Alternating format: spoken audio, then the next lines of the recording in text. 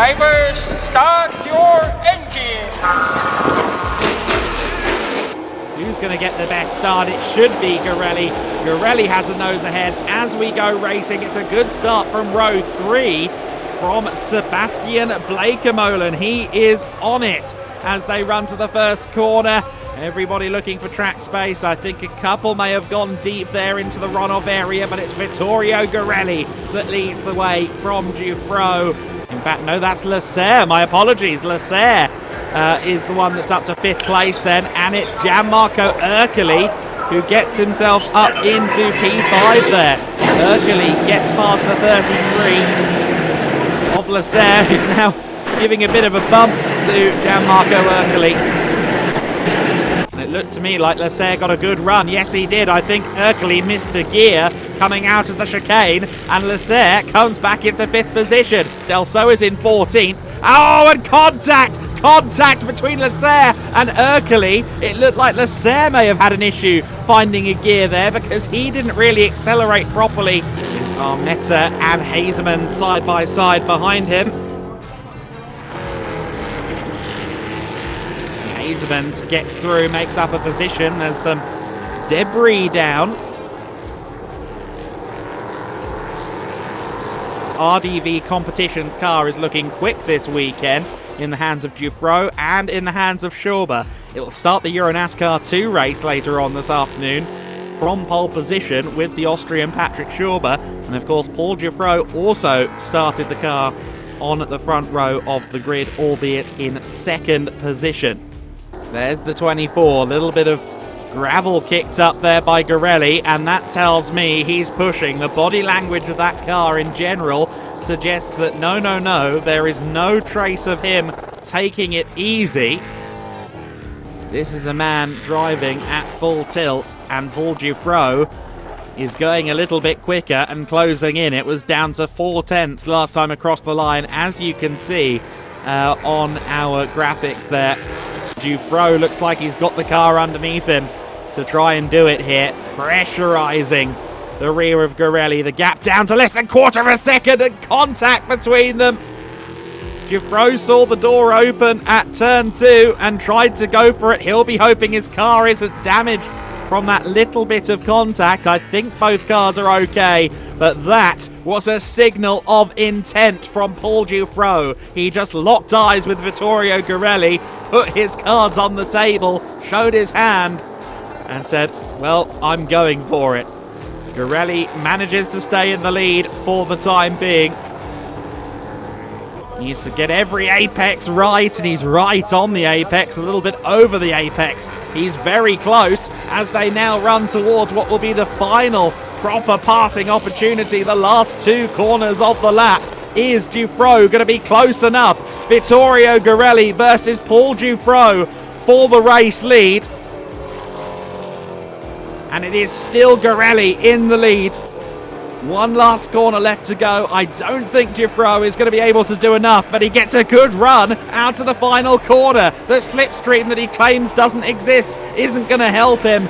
And it's Vittorio Ghirelli that wins the race.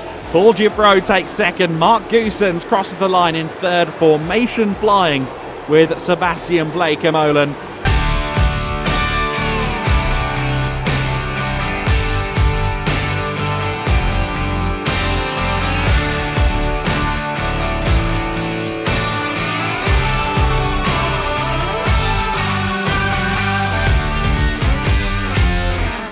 Drivers, start your engine! The cars are underway and racing for the first time this weekend in EuroNASCAR 2. Claudio Remeggio Capelli giving Martin Dubeck a bit of a bump draft on the way down to turn 1. As they make their way through the first corner, it is Patrick Schober that leads the way, but carnage further back. Julian Reberg has damage. He goes straight across. Thomas Dombrowski as well. Cars everywhere. I think Jack Davidson and Jill Linster among those who took the escape road. Davidson has made his way into 6th place. Linster is falling through the order, so he had issues. Chris Sonis has made up a couple of places, however. I've just seen the full right-hand side of Florian Richard's car. There's not much car left, if we're being completely honest. Obviously, the aero doesn't have that much of an effect on these cars, but the splitter and things like that do exist for a reason. And there might be a little bit of a disadvantage to having that little bodywork left on the car. We're underway though, the accelerating has begun, and Melvin de Groot has gotten a very good start there. He draws alongside Patrick Schober. Martin Dubeck is still watching on from third place as well. Schober manages to hold on though. De Groot wasn't brave enough around the outside. Restart under investigation has already come up on my screen as well.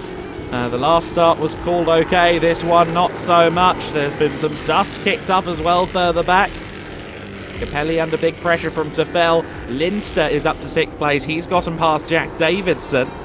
This is lap 8 now of 17, and Jack Davidson is off the circuit. Jack Davidson has had an issue as Patrick Schober continues to be pressured. Melvin de Groot in the slipstream, heading towards the first corner, always gets close. That looked like Jill Linster might have been off circuit. Yes, it was. Jill Linster went straight across the gravel. And that, I think, may have allowed Claudio Remeggio Capelli back into 5th place. It was all going on at once there. Jill Linster outbroke himself by the looks of it for turn 1. Had to go across the gravel trap as it looks like Dubeck closes in. But here comes Dubeck. Dubeck to the inside for 2nd place. I said he'll see an open door and go through it. And sure enough, Martin Dubeck gets through into 2nd position. Made that look quite easy. Textbook stuff from the driver of the number 7. The Czech fans will roar as their home driver comes past now in 2nd place. Tefel, though, is going to have his work cut out for him as we begin lap 15. It's 3 to go here at Autodrome Moss. Here comes Claudio Remeggio Capelli. He's on the grass, almost entirely on the grass. He holds it together. He's been on the gravel, he's been on the grass. Sometimes he's even been on the tarmac in this race. Claudio Remeggio Capelli, the Italian racer, is having a brilliant race for us to watch. Perhaps not a brilliant race from the cockpit, but it's very fun to witness. But Patrick Schober has had a great race. And at the same venue where Paul Giffreau took his first win for RDV competition in EuroNASCAR Pro last year, Patrick Schober will take his first win with RDV competition in EuroNASCAR 2 this year. He's had 2 wins now with 2 teams, and Patrick Schober becomes another race winner in this season.